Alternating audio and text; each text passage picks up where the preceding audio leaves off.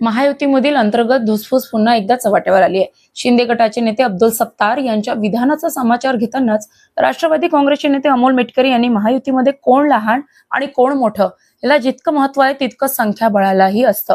संख्याबळानुसार निश्चितच आम्ही लहान भाऊ आहोत, यात दुमत नाही. पण भाऊ मोठा की लहान यामध्ये वैचारिक प्रगल्भता आणि विचारधारा या गोष्टीही महत्वाच्या असतात.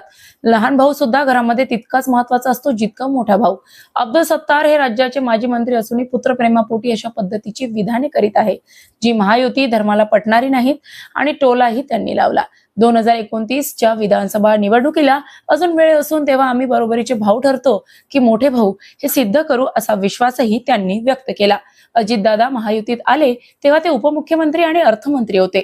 सध्या सुनेत्रा वहिनी उपमुख्यमंत्री आहेत. मात्र अर्थ खात्याबाबत मुख्यमंत्री यांनी अद्याप कोणताही निर्णय घेतलेला नाही. राष्ट्रवादी काँग्रेसच्या अर्ध खात्यावर अधिकार असतानाही हे खाते अजूनही भारतीय जनता पक्षाकडेच ठेवण्यात आले आहे. ही मिळणारी वागणूक अत्यंत वेदनादायी आहे, अशा शब्दात मिटकरांनी आपली खंत बोलून दाखवली. राष्ट्रवादी काँग्रेस पक्षाकडे जे अर्थ खाते होते ते लवकरात लवकर पक्षाला परत देण्यात यावे आणि महायुती स्थापना करताना दिलेला शब्द नेत्यांनी पाळावा, अशी आग्रही मागणी मिटकरी यांनी केली आहे. महायुतीमध्ये कोण लहान कोण मोठं ह्याला महत्व जितकं आहे तितकंच संख्याबळाला पण महत्व असतं. संख्याबळानुसार निश्चितच आम्ही लहान भाऊ आहोत, त्यात काही दुमत असण्याचं कारण नाही. पण भाऊ मोठा लहान यामध्ये वैचारिक प्रगल्भता, विचारधारा ह्या गोष्टी पण महत्वाच्या असतात.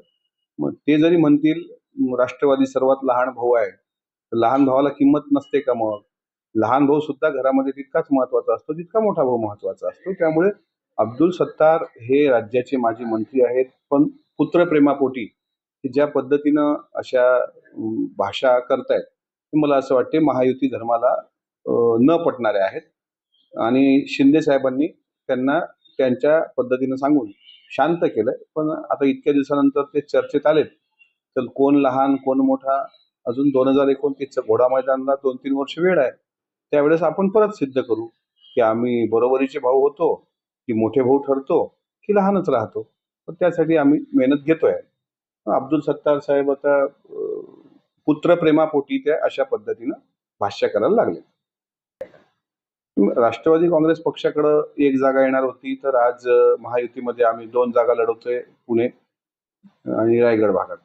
त्याच्यामुळं नाराजी असण्याचं काही कारण नाही. पण नाराजी एका गोष्टीची मात्र वाटते की अजितदादांच्या जाण्याला आज 5 महिने पूर्ण झाले. दादा त्यावेळेस महाराष्ट्र राज्याचे उपमुख्यमंत्री होते आणि अर्थमंत्री पण होते. सध्या सुनेत्रा वहिनी ह्या उपमुख्यमंत्री आहेत.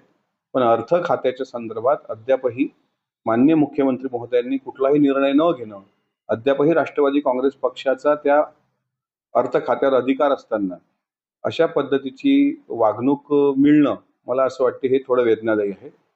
जी खाती राष्ट्रवादी काँग्रेस पक्षाकडे होती त्यातलं अर्थ खातं हे अद्यापही भारतीय जनता पार्टी यांच्याकडे ठेवलेलं आहे. ते अर्थ खातं त्यांनी लवकरात लवकर राष्ट्रवादी काँग्रेस पक्षाकडे दिलं पाहिजे आणि दिलेला शब्द पाळला पाहिजे.